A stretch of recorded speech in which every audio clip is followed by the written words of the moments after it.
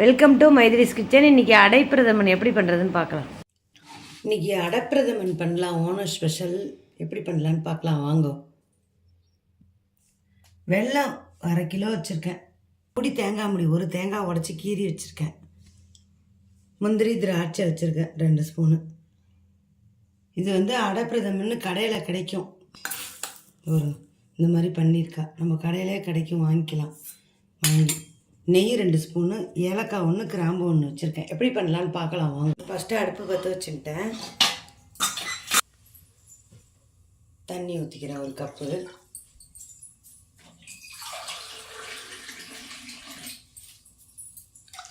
இது நல்லா சுடட்டும். அப்புறம் இதை போடலாம். போட்டு நல்லா வெந்தோன்னே எடுத்துகிட்டு தான் வேலை.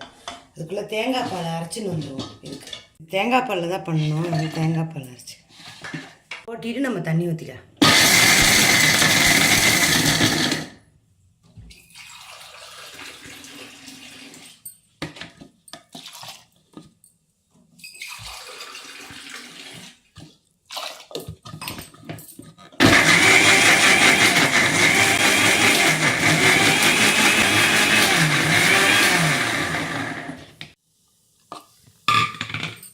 நான் இந்த கிராம்பு இதிலே போட்டுட்டேன். இப்போ நல்லா அரைச்சி வடிகட்டிப்பேன். பாரு, இது ஒரு சின்ன டிப்ஸு தான். இது நல்லாயிருக்கும். இது மாதிரி பண்ணுறேன். தூளாக இருந்தால் போடலாம், இல்லைன்னா இந்த மாதிரி பண்ணிக்கலாம்.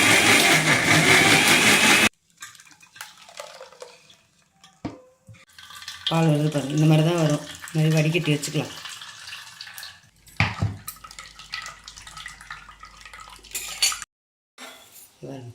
இதை போட்டுறேன். நல்லா கொதிச்சிட்டு வேகட்டும். இது வெந்தோன்னு தான் நமக்கு வேலையே. வேகட்டும்.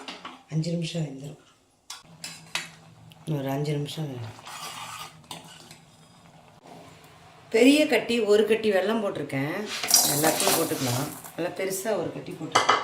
வெல்லத்தை பாகு வச்சுன்றோம். இப்போ நம்ம ஒரு கப்பு தண்ணி ஊற்றி வெல்லத்தை பாகு வச்சுன்னு பாகு நல்லா கரையிட்டு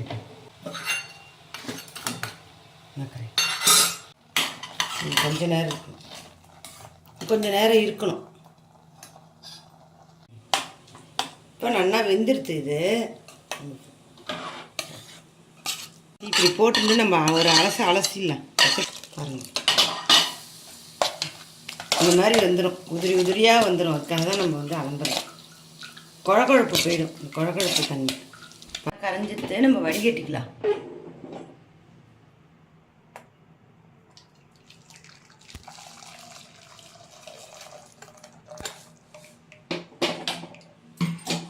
இப்போ நான் இதை போட்டுக்கிறேன். அடைப்பிரதமன் அளந்து நல்லா அது போட்டுறேன்.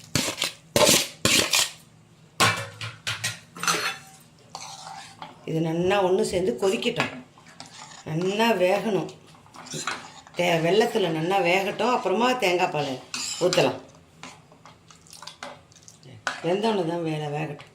பாருங்க, நல்லா வெந்திருக்கு. இன்னும் கொஞ்சம் நல்லா வேகணும். கெட்டியாக ஆனோன்னா தேங்காய் பால் ஊற்ற வைப்பேன். இன்னும் கொதிக்கணும். மூடி வைக்கணும். இந்த மாதிரி நல்லா வெந்துடுத்து. பாதி தேங்காய் பால் ஊற்றிக்கலாம். இப்போ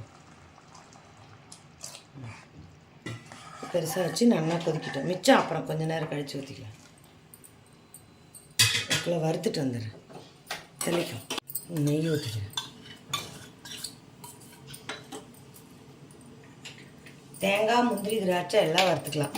தேங்காய் இந்த மாதிரி குட்டி குட்டியாக கீறி வச்சுருக்கேன்.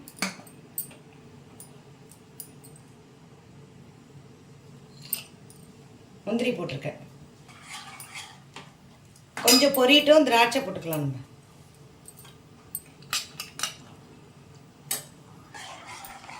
இது நல்லா கொதிக்கிட்டோம். கொஞ்சோன்னு இந்த தேங்காய் பாலையை ஊற்றி அதெல்லாம் தாளித்து கொட்டி ஆஃப் பண்ணி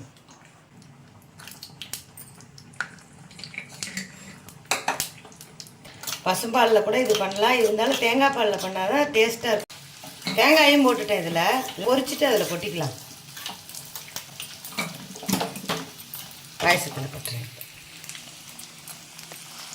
கொட்டுறேன் பாருங்க. பாயசத்தில்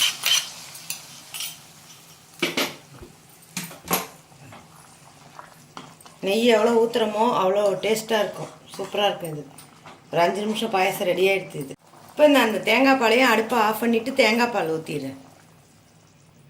எல்லா தேங்காய் பாலையும் ஊற்றிட்டேன். பாயசம் ரெடி. எப்படி இருக்கு பாருங்க. அடைப்பிரதமன் இங்கே பாருங்கள் எப்படி இருக்கு பாருங்க.